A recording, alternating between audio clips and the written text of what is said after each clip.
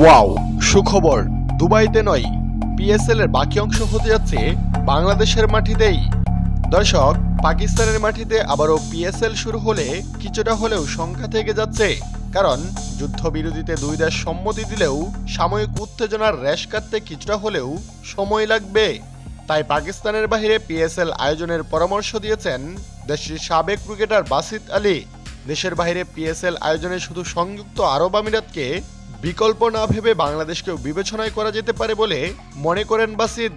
তার মতে বাংলাদেশের দর্শকেরা ক্রিকেট প্রেমী, তাই এখানে আয়োজন করলে পিসিবিরই লাভ হবে। বাসিত বলেন, যদি টুর্নামেন্টে কোনো ঝামেলার সৃষ্টি হয় দয়া করে খেলা দুবাইতে সরিয়ে নেবেন না, বাংলাদেশকে বিবেচনায় করবেন, যেখানে স্টেডিয়ামগুলোর ক্লাবের ম্যাচগুলিতেও দর্শক দিয়ে পরিপূর্ণ থাকে। পিএসএল এর দশম আসর বর্তমানে চূড়ান্ত ধাপে রয়েছে। বাকি আছে আর মাত্র 8টি ম্যাচ, লিগ পর্বে 4টি, 3টি প্লে অফ এবং ফাইনাল 1টি।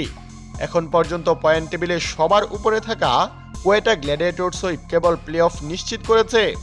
9 ম্যাচে 6 জয়ে তাদের পয়েন্ট আছে 13। এছাড়া 10 পয়েন্ট নিয়ে যথাক্রমে 2-3 অবস্থান করছে করাচি কিংস ও ইসলামাবাদ ইউনাইটেড।